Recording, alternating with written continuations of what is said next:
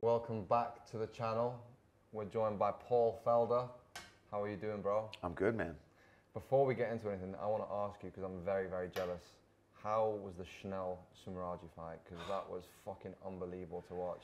You know, there's certain fights that you'll just never forget that moment. You'll never forget what both those athletes did. I mean, what Schnell was able to see that close, to see those elbows that he was getting hit with, and to find a way to somehow come back and win that fight. It's unbelievable. And you got to have respect for those guys, because you know they left a little bit of themselves in that octagon for that performance. But that's got to be the craziest comeback I've ever called. I mean, I've seen some pretty crazy comebacks, but he was dead in the water. He was gone at least 6 times. In that round? Yeah. And was it the second round? Yeah, it was the second round. Yeah, second round. And he wasn't winning the first round. And then to do that, I mean... And then I got to see him in the elevator the next day in Long Island. I was about to drive home, and he was probably just going down for breakfast or something like that.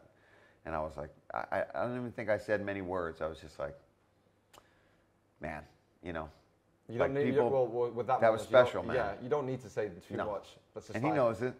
You know, when you have a performance like that, you know that you did something that people are going to be talking about for a while. So, and Su Mudaerji fought with a torn ACL as well. And I didn't know that. And I feel bad. Anytime something like that happens where somebody has this epic comeback or something, but you've got to... that kid is good, man. Su Mudaerji is good, and he's had some bad luck in the UFC so far. He's got a few losses, and it doesn't his record doesn't necessarily reflect what the kid is actually capable of. Yeah. So, but he's young. I think he's still in his 20s, right? Yeah, he's not in a rush to. No, so I think I still think he'll rise to the top. He'll probably just need to take the rest of the year off and just. Yeah, I would take some time off after that one. After that. Schnell should as well. Yeah. Like, even though he's the victor, it's like you might even need more time than Su Mudaerji does after that. That was a fucking war. He was banged up. Do you know what's so annoying as well? So we were filming a podcast that day, and we were watching the fights in my mate's garden, and we had to drive back. And that was an evening show for you guys. Well, no, it was literally. I think it started at like 5 p.m. Yeah. So it was like normally we're always up at fucking 5 a.m. Yeah, I don't know how you guys do that. Every time it's the commitment. But we were watching, because there was the Jourdain fight right before, wasn't it?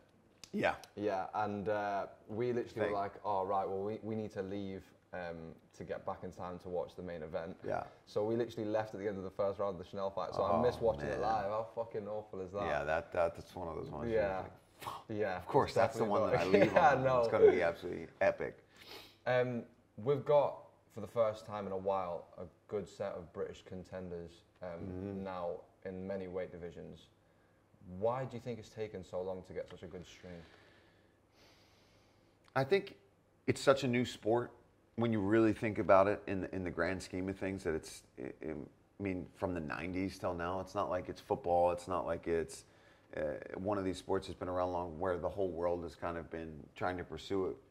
So I think everybody is kind of just playing catch up, because we could say that about a lot of other countries and a lot of areas too, where they don't have any big contenders, or we've only had one champion. I mean, obviously Bisping is still the only British champion, right? But now I think that the whole world is so obsessed with this sport, and the UFC is becoming such a global thing, that now these countries have the teams, have the resources.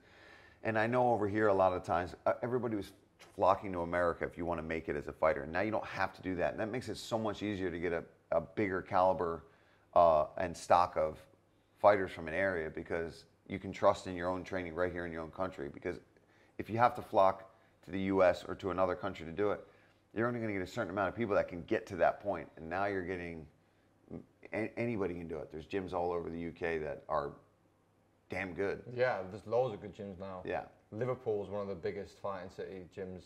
You know, you've got so many. Where you've got these tough areas now that are starting to produce their own people that can stay in that area and succeed. So I think that's why now you're starting to really see these people and be confident about their training and where they're coming from, and not being like, well, I got to go to America because I got to wrestle. And it's like, well, now it's not. Well, that was the question I was going to ask you. Do you think the wrestling culture that you guys have in America, Well, we don't have that in the UK. It's not really something that you get in schools or anything. So do you think that's been a factor as to why? I think that was why for a long time, yeah. And I think now a lot of guys and a lot of fighters, even talking to like Leon Edwards talks about this quite a bit, that he thought he had to leave, and you worry so much about your wrestling that you end up forgetting about your own game a little bit, and you forget what got you to the show. Why are people wanting to watch you? Well, how did you get this many wins in a row? And it wasn't because you were wrestling. It was because of whatever it was that got you there. And for him, it's his striking and his well-roundedness.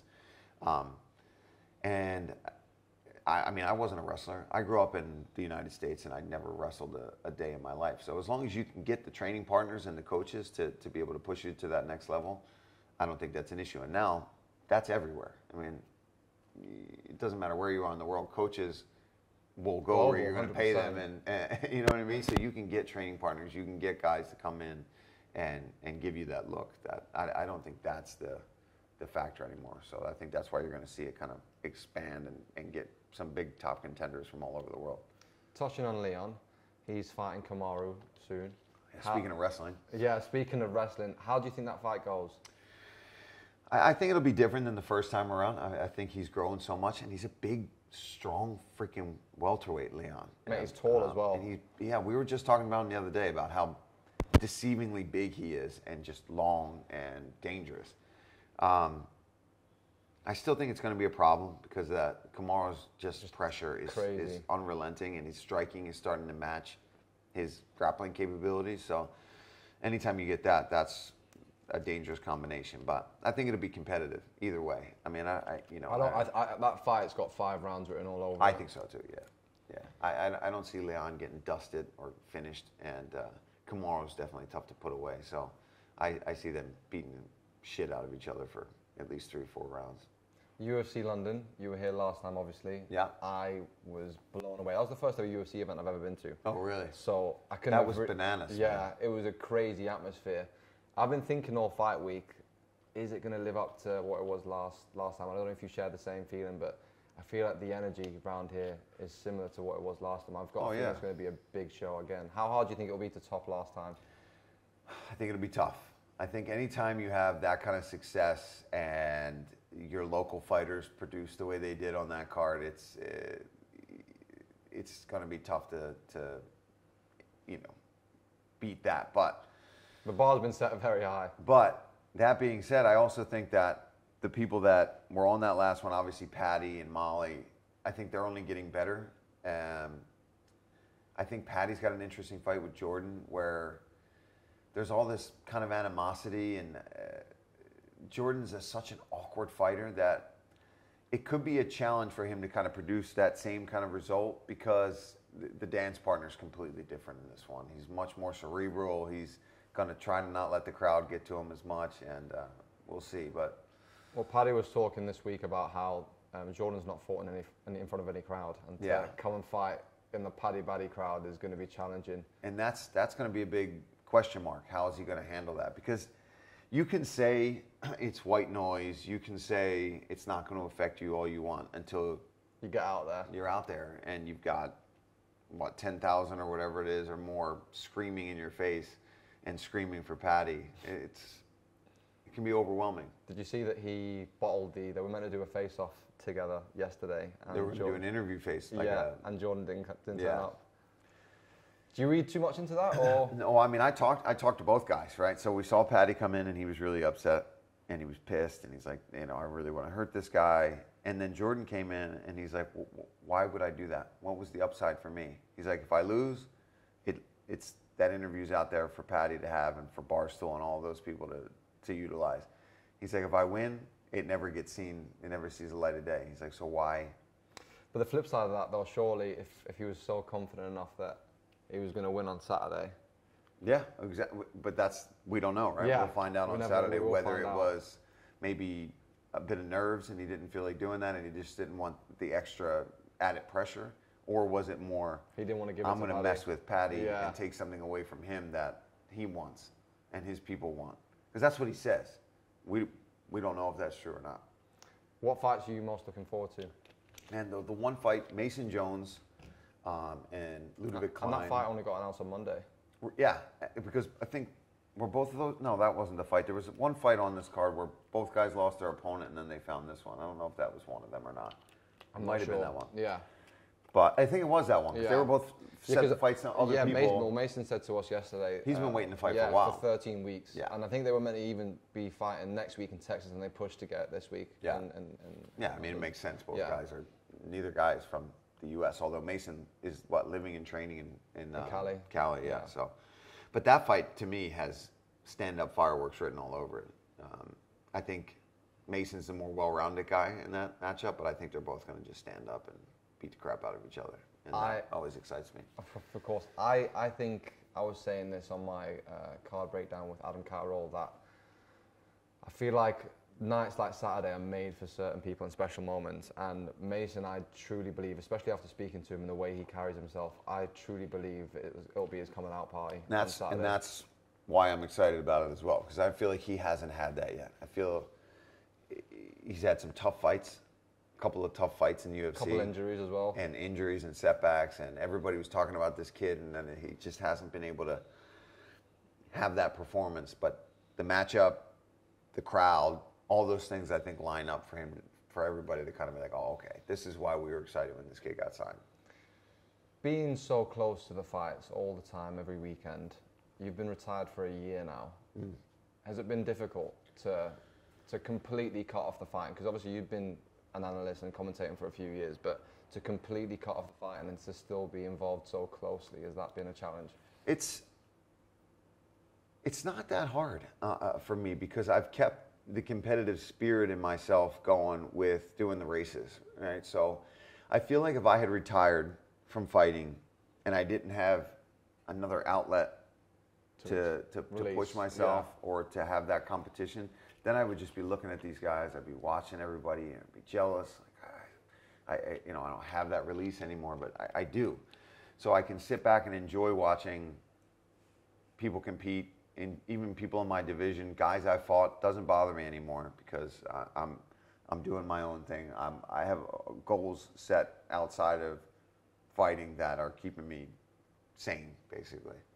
But there's still always, when you see guys like Charles Oliveira, who's a former opponent of mine, be the best in the world right now, and it's bittersweet. Yeah, well, I can imagine it's also definitely bitter, but the fact that you've got a TKO over someone who's been credited as one of the best lightweights ever.